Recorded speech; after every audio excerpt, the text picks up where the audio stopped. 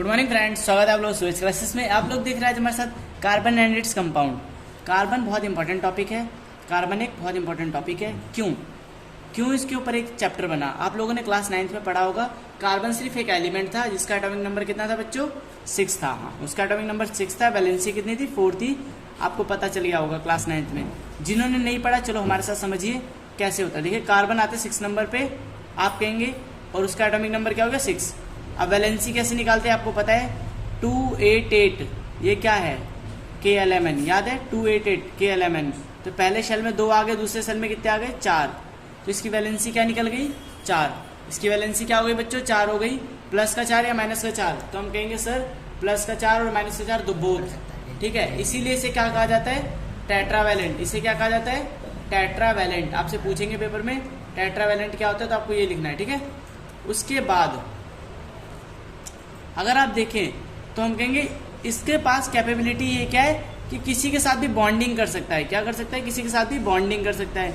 अब क्या होता है बॉन्डिंग? बॉन्डिंग का मीनिंग समझेंगे बच्चों। बॉन्डिंग के अंदर देखिए, बॉन्डिंग का मतलब क्या होता है? जब कार्बन अपने इलेक्ट्रॉन्स किसी के साथ शेयर करे तो क्या कहते हैं? वो क्या कर रहा है? बॉन्डिंग कर रहा है। ठीक है, कार्बन बॉन्डिंग किसी के साथ भी कर सकता है। पहले हम यहाँ पढ़ने वाले कोवलेंट बॉन्ड के बारे में। ठीक है, carbon share its valence electron with other elements. Carbon क्या करता है? अपने वैलेंस इलेक्ट्रॉन किसके साथ शेयर करता है?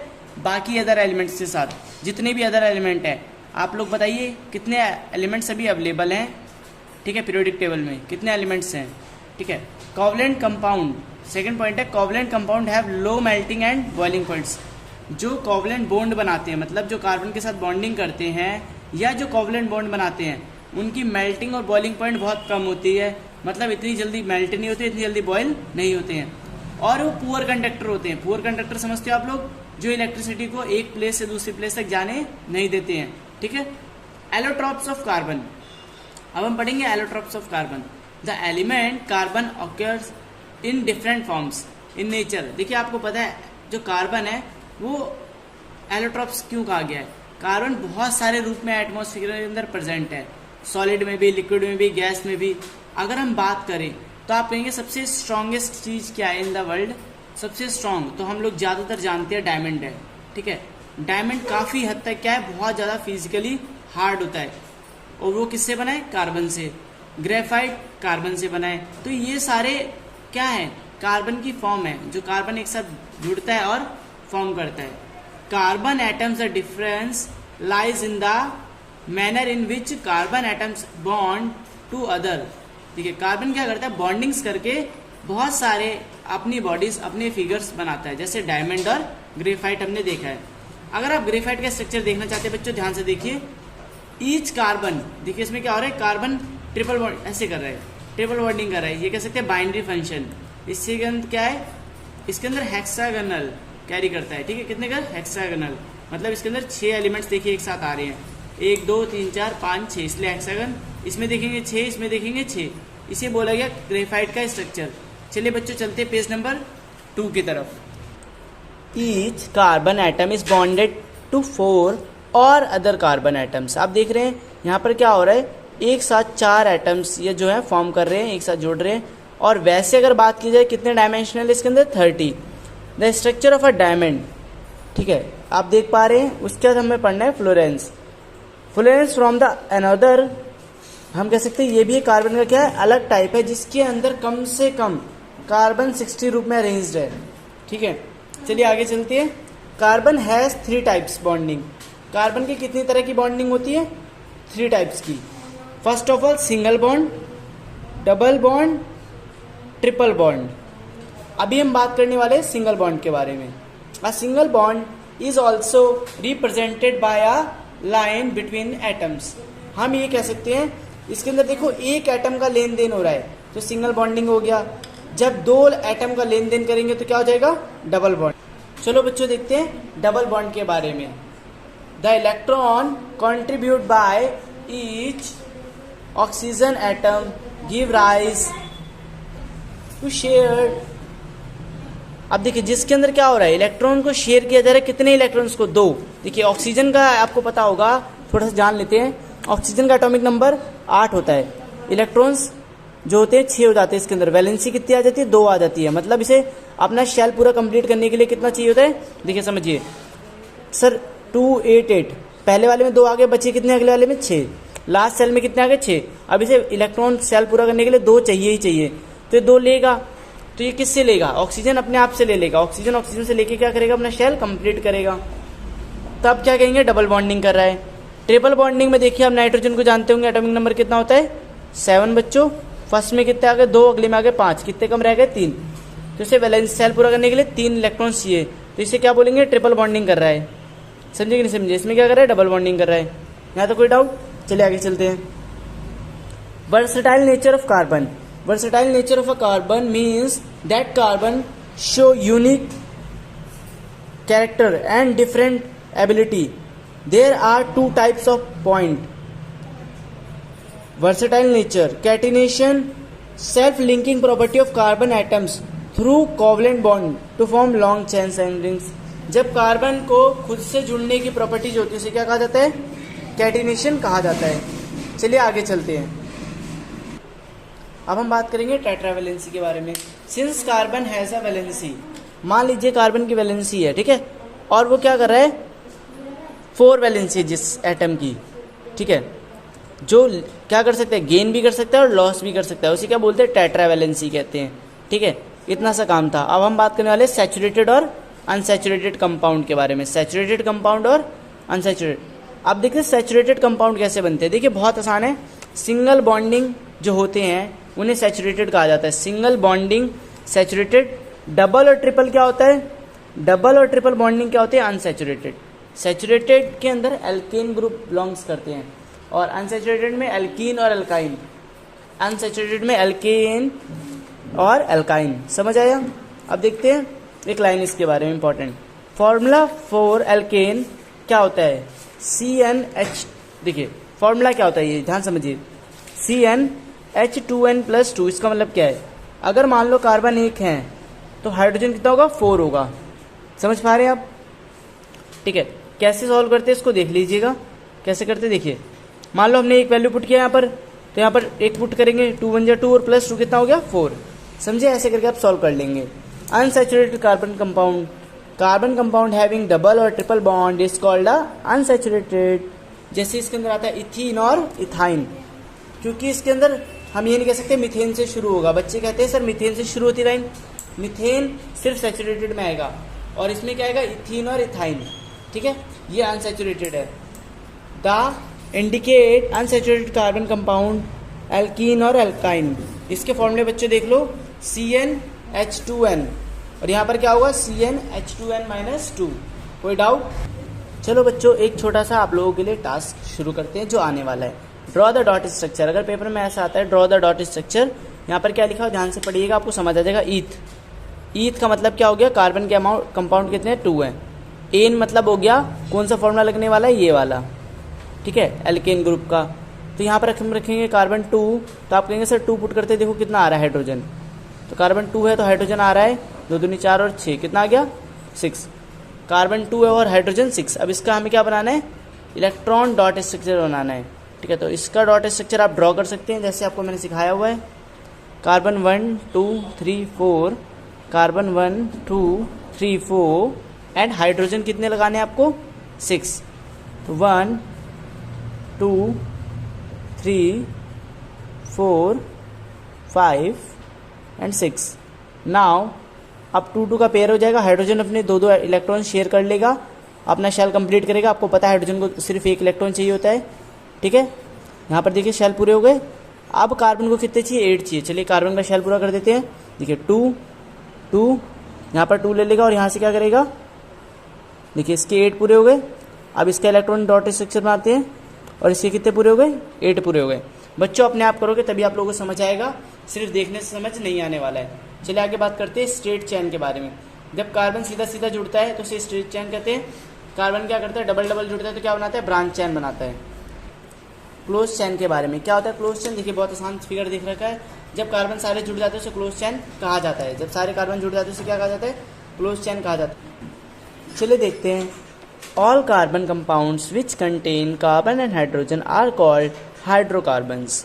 मतलब जितने भी कार्बन्स कंपाउंड क्या करते हैं, कंटेन करते हैं हाइड्रोजन के साथ, उन्हें हाइड्रोकार्बन कहा जाता है। ठीक है, फंक्शनल ग्रुप आप समझते हैं। देखिए अगर आप पढ़ेंगे इसके अंदर तो the hydrogens and the group of contains specific property of compounds regardless of the length and the nature of a carbon chain are called functional group. जिसके अंदर कार्बन क्या करता है, चैन बनाता है, ठीक है, ग्रुपिंग करता है, और उसके साथ अदर जो जुड़े होते हैं उन्हें क्या कहा जाता है, फंक्शनल ग्रुप कहा जाता है। ठीक है, देखिए इसके अंदर क्या होगा, कार्बन की चैन होगी, बाकी हाइड्रोजन को रिप्लेस करके, मतलब एक जगह पर एक प्लेस पे हाइड्रोजन को रिप्लेस करेंगे और उसकी जगह पे कोई अदर ग्रुप लग जाता है तो उसे क्या कहते हैं, फंक्शनल ग्रुप कहते हैं। जैसे हम यहाँ पर पढ़ने वाले Cl और Br, आप लोगों के लिए थोड़ा सा नया है। Cl मतलब क्लोरो, Br मतलब ब्रोमो। Cl मतलब क्लोरो, Br मतलब ब्रोमो। क्लोरो और ब्रोमो क्या है, इन्हें प्रीफिक्स कहा जाता है। इन्हें क्या कहा जाता है बच्चों, प्रीफिक्स। प्रीफिक्स क्या होते हैं, देखिए नाम में पहले लगेंगे। प्रीफिक्स क्या होते हैं, नाम में पहले लगते हैं और चैन में लास्ट में लगेंगे। चैन में लास्ट में लगेंगे हाइड्रोजन को हटा के, और नाम में पहले लगेंगे। ये जो चारों के चारों है, अल्कोहल, एल्डिहाइड, कीटोन और कार्बोक्सिलिक एसिड, इन्हें सफिक्स कहा जाता है। इन्हें क्या कहा जाता है, सफिक्स। सफिक्स क्या होते हैं, जो लास्ट में लगेंगे, नाम में भी लास्ट में लगेंगे और रिप्लेस करके हाइड्रोजन को लास्ट में लगेंगे। जैसे अल्कोहल का OH, ठीक है, एल्डिहाइड का CHO, ठीक है, CHO, ठीक है, और कीटोन का COO, कार्बोक्सिलेट का COOH। ठीक है, चलो बच्चों देखते हैं होमोलोगस सीरीज क्या होता है। Homologous series a series of a compound which that same functional group this substitute for the hydrogen. मतलब एक फंक्शनल ग्रुप के द्वारा हाइड्रोजन को सब्स्टिट्यूट किया जाए, मतलब हाइड्रोजन को हटाकर उसकी जगह पर कोई और एलिमेंट लगाना, क्या कहलाता है, होमोलोगस सीरीज कहलाता है। ठीक है, अगला क्वेश्चन देखिए, what is the difference between next pair of propane and butane. आपको प्रोपेन और ब्यूटेन का स्ट्रक्चर बनाना और डिफरेंस देखना है उसके अंदर। अब हम समझेंगे फिजिकल प्रॉपर्टीज़ के बारे में। मेल्टिंग पॉइंट और बॉइलिंग पॉइंट जो होता है दोनों के अंदर, अगर हम बात करें मॉलिकुलर फार्मूला में, तो यहाँ पर देखिए melting and boiling point increase क्या हो जाता है, इंक्रीज हो जाता है मॉलिकुलर फार्मूला के हिसाब से। सॉलिबिलिटी इन अ पार्टिकुलर, जो सॉलिबिलिटी होती है, घुलनशील की क्षमता, सॉल्वेंट ऑल्सो शो, ठीक है, सेम ग्रेडियंट। ठीक है, फिजिकल प्रॉपर्टीज देखिए अगर हम, तो मेल्टिंग पॉइंट और बॉइलिंग पॉइंट जो होता है इंक्रीज हो जाता है मॉलिकुलर फार्मूला के अंदर। अगेन वही बात आ गई, nomenclature of a carbon compound, identify the number of carbon atoms in the compound. If the functional group is present, it is indicate in the name of the compound with either prefix और suffix. Clear. Nomenclature में क्या होता है, नाम बनाना होता है। नाम कैसे बनता है, प्रीफिक्स और सफिक्स के लगने की वजह से नेम का नाम बनाया जाता है। जैसे ब्यूटेन, प्रोपेन, ये सारे नेम कैसे बने हैं, प्रीफिक्स और सफिक्स के लगाने की वजह से नेम बनाए गए हैं। चलिए आगे देखते हैं सफिक्स। अब फटाफट से समझेंगे इसको ध्यान से। सफिक्स का मीनिंग मैंने क्या बताया था बच्चों, जो लास्ट में लगते हैं, किसमें, नेम में भी लास्ट में लगेंगे और फॉर्मूला में भी। ठीक है, और प्रीफिक्स क्या होते हैं, नेम में पहले लगते हैं, सफिक्स नेम में बाद में लगते हैं। हेलोजेंस देखिए, हेलोजेंस मैंने दो बताए थे आपको, क्लोरो ब्रोमो। ठीक है, अब इसमें देखिए हाइड्रोजन लगा हुआ था लास्ट तक, हाइड्रोजन को हमने सब्स्टिट्यूट करके क्या लगा दिया, Cl लगा दिया, बट क्लोरो लगाया है और ये प्रीफिक्स है इसलिए नेम में पहले आ रहा है। क्या आ रहा है, नेम में पहले, क्लोरो प्रोपेन, क्या बन गया, प्रोपेन। प्रोपेन क्यों कह रहे हैं, क्योंकि कार्बन के कितने कंपाउंड हैं यहाँ पर, 3 कंपाउंड हैं। अल्कोहल सफिक्स है, लेकिन देखिए कैसे करेंगे, इसका जो एंडिंग वर्ड है OL है, क्या लगेगा, OL। जैसे हमने प्रोपेन बनाया था, वहाँ पर क्या होगा, प्रोपेन में E हट के क्या लग जाएगा, OL लग जाएगा। और इसका जो आपको याद रखना है, सब्स्टिट्यूट वर्ड, सब्स्टिट्यूट किससे होता है, OH से होता है। किससे सब्स्टिट्यूट होता है बच्चों, OH से। एल्डिहाइड में क्या होगा, सफिक्स है AL और लास्ट में क्या लगने वाला है, CHO। देखो ये पूरा का पूरा इसके अंदर जोड़ा गया है। अब आपको ध्यान रखना है, प्रोपेन में 3 कार्बन होते हैं, तो 2 कार्बन आपको लेने हैं और 1 कार्बन CHO का आ जाएगा। अगर हम प्रोपेन में 3 कार्बन पहले से लगा दें और चौथा कार्बन CHO वाला लगाते हैं, C डबल बॉन्डिंग वाला, तो फिर क्या होगा, समझो बच्चों, फिर कार्बन हो जाएंगे 4, 4 कार्बन मतलब ब्यूटेन बन जाएगा। पर हमें बनाना क्या है, प्रोपेन।